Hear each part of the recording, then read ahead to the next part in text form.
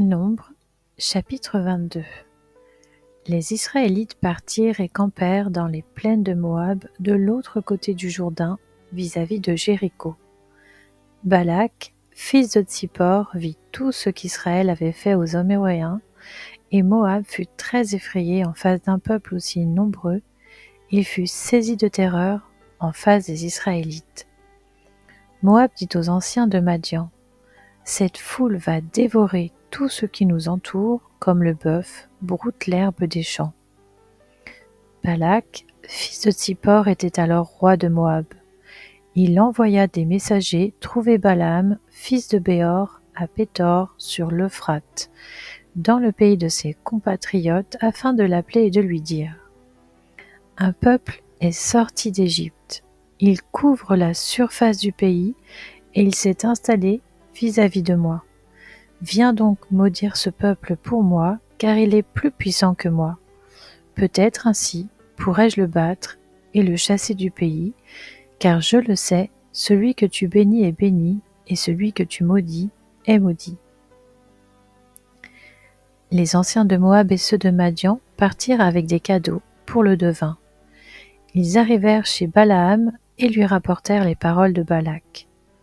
Balaam leur dit: « Passez la nuit ici, et je vous donnerai réponse d'après ce que l'Éternel me dira. » Les chefs de Moab restèrent donc chez Balaam. Dieu vint trouver Balaam et dit: « Qui sont ces hommes que tu as chez toi ?» Balaam répondit à Dieu: « Balak, fils de Tsippor, le roi de Moab, les a envoyés me dire: un peuple est sorti d'Égypte, il couvre la surface du pays, viens donc le maudire, peut-être, ainsi pourrais-je le combattre et le chasser. » Dieu dit à Balaam: « Tu ne les accompagneras pas, tu ne maudiras pas ce peuple, car il est béni. » Balaam se leva le lendemain matin et dit au chef de Balak: « Partez dans votre pays, car l'Éternel refuse de me laisser vous accompagner. » Les chefs moabites se levèrent, retournèrent auprès de Balak et dirent: « Balaam a refusé de venir avec nous. » Balak envoya de nouveau des chefs. Ils étaient plus nombreux et plus considérés que les précédents. Arrivés chez Balaam, ils lui annoncèrent: « Voici ce que dit Balak, fils de Tsippor. Ne te laisse donc pas empêcher de venir vers moi, car je te rendrai beaucoup d'honneur et je ferai tout ce que tu me diras. Viens donc maudire ce peuple pour moi. » Balaam répondit aux serviteurs de Balak: « Même si Balak me donnait sa maison pleine d'argent et d'or, je ne pourrais absolument rien faire qui enfreigne l'ordre de l'Éternel, mon Dieu. Mais maintenant, restez donc ici cette nuit, et je saurai ce que l'Éternel me dira encore. »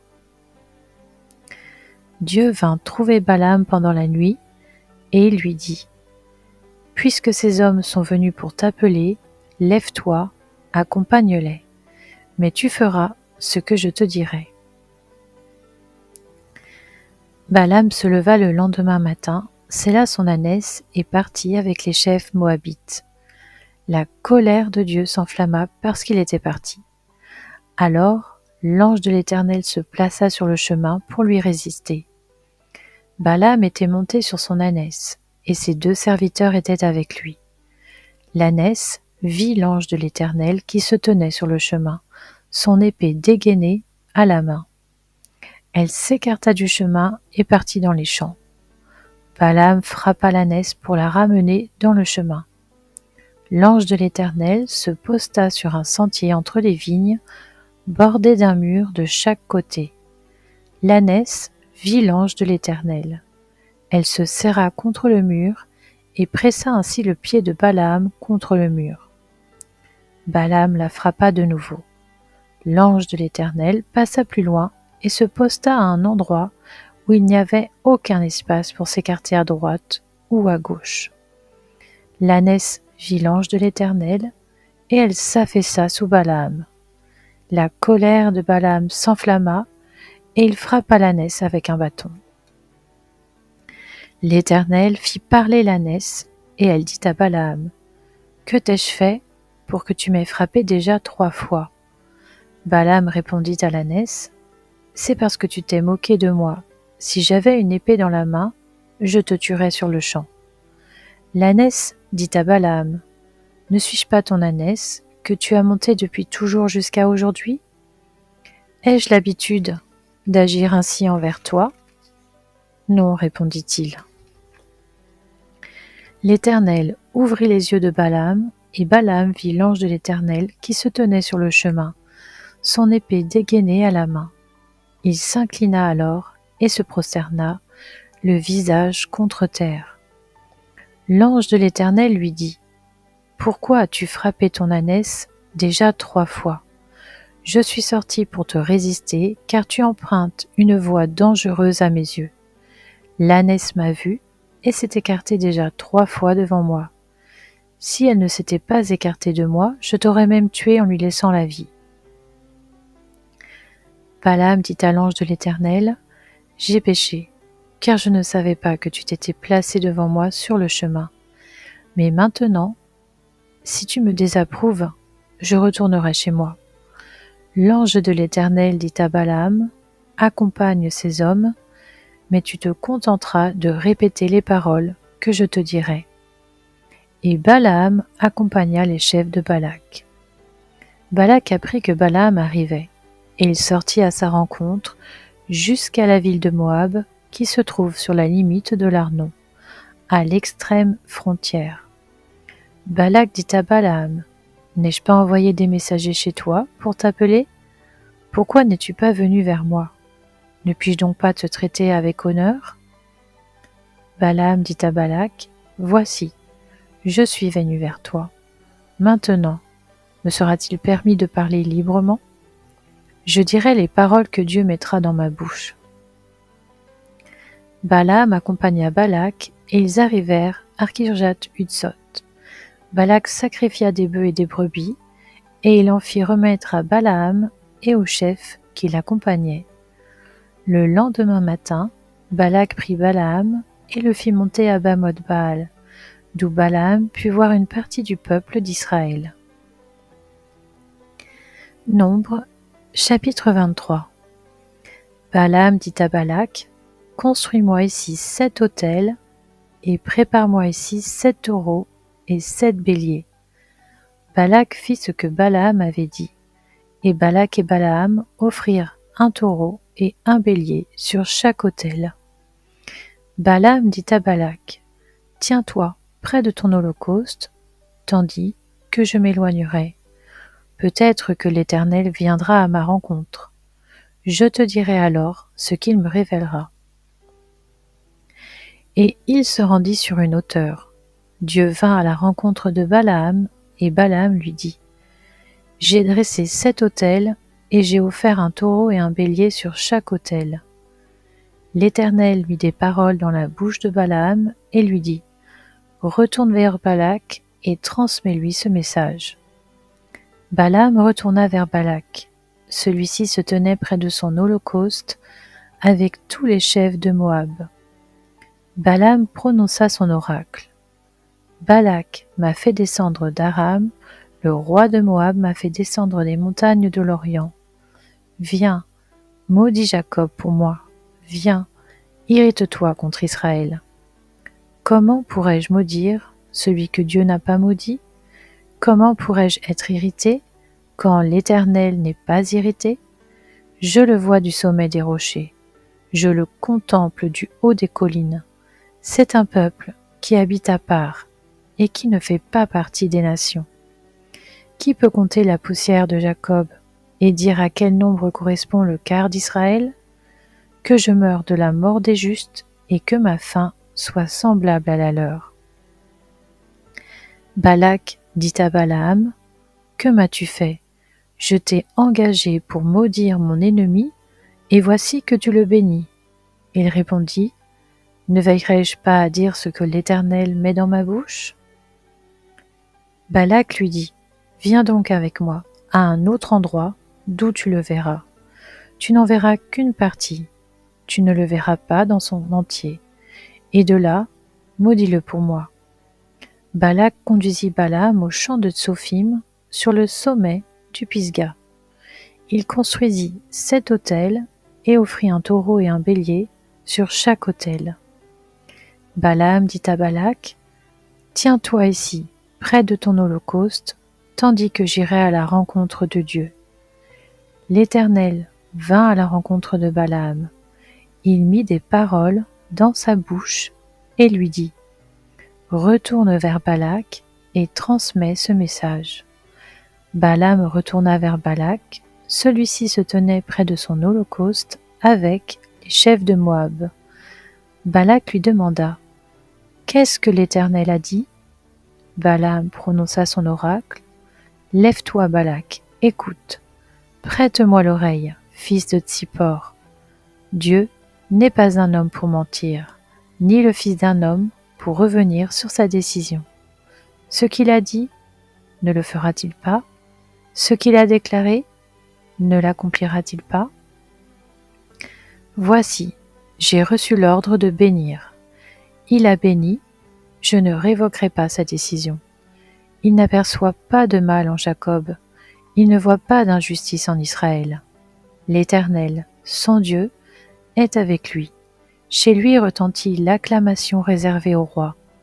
Dieu les a fait sortir d'Égypte, il possède la force du buffle. La magie ne peut rien contre Jacob, ni la divination contre Israël. Au moment fixé, on dit à Jacob et à Israël ce que Dieu a fait. C'est un peuple qui se lève comme une lionne et qui se dresse comme un lion. Il ne se couche pas tant qu'il n'a pas dévoré sa proie et bu le sang de ses victimes. Balak dit à Balaam, « Si tu ne le maudis pas, au moins ne le bénis pas. » Balaam répondit à Balak, « Ne t'ai-je pas dit que je ferais tout ce que l'Éternel dirait ?» Balak dit à Balaam, « Viens donc, je vais te conduire à un autre endroit. Peut-être Dieu trouvera-t-il bon que de là tu maudis ce peuple pour moi. » Balak conduisit Balaam sur le sommet du Péor, d'où l'on domine le désert. Balaam dit à Balak, « Construis-moi ici 7 autels et prépare-moi ici 7 taureaux et 7 béliers. » Balak fit ce que Balaam avait dit et offrit un taureau et un bélier sur chaque autel. Nombre, chapitre 24. Balaam vit qu'il plaisait à l'Éternel de bénir Israël, et il n'alla pas, comme les autres fois, à la rencontre de pratiques magiques. En revanche, il se tourna du côté du désert. En levant les yeux, Balaam vit Israël qui campait par tribu. Alors l'Esprit de Dieu fut sur lui. Balaam prononça son oracle. Déclaration de Balaam, fils de Béor, déclaration de l'homme qui a l'œil ouvert, déclaration de celui qui entend les paroles de Dieu, de celui qui discerne la vision du Tout-Puissant, de celui qui se prosterne et dont les yeux s'ouvrent. Quelles sont belles tes tentes, Jacob, tes habitations, Israël. Elles s'étendent comme des vallées, comme des jardins près d'un fleuve, comme des aloès que l'Éternel a plantés, comme des cèdres le long de l'eau. L'eau déborde de ses seaux, et sa semence est abondamment arrosée. Son roi s'élève au-dessus d'Agag et son royaume devient puissant. Dieu l'a fait sortir d'Égypte. Il possède la force du buffle. Il dévore les nations qui l'attaquent, il brise leurs os et les abat de ses flèches. Il plie les genoux, il se couche comme un lion, comme une lionne. Qui le fera se lever? Béni soit celui qui te bénira, et maudit soit celui qui te maudira. La colère de Balak s'enflamma contre Balaam. Il frappa des mains et dit à Balaam, « C'est pour maudire mes ennemis que je t'ai appelé, et voici que tu les as bénis déjà 3 fois. Fuis maintenant, va-t'en chez toi.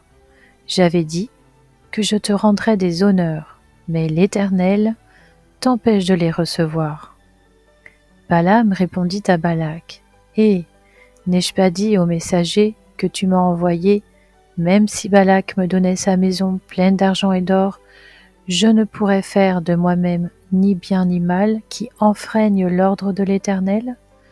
Je répéterai ce que dira l'Éternel. Maintenant, je retourne vers mon peuple. Viens, je vais t'annoncer ce que ce peuple fera au tien dans l'avenir. Balaam prononça son oracle. Déclaration de Balaam, fils de Béor. Déclaration de l'homme qui a l'œil ouvert. Déclaration de celui qui entend les paroles de Dieu, de celui qui possède la connaissance du Très-Haut, de celui qui discerne la vision du Tout-Puissant, de celui qui se prosterne et dont les yeux s'ouvrent. Je le vois, mais non pour maintenant. Je le contemple, mais non de près. Un astre sort de Jacob, un sceptre s'élève d'Israël. Il transperce les flancs de Moab et renverse tous les descendants de Seth. Il se rend maître d'Édom, il se rend maître de Séhir ses ennemis. Israël manifeste sa force. Celui qui sort de Jacob règne en souverain. Il fait mourir ceux qui s'échappent des villes.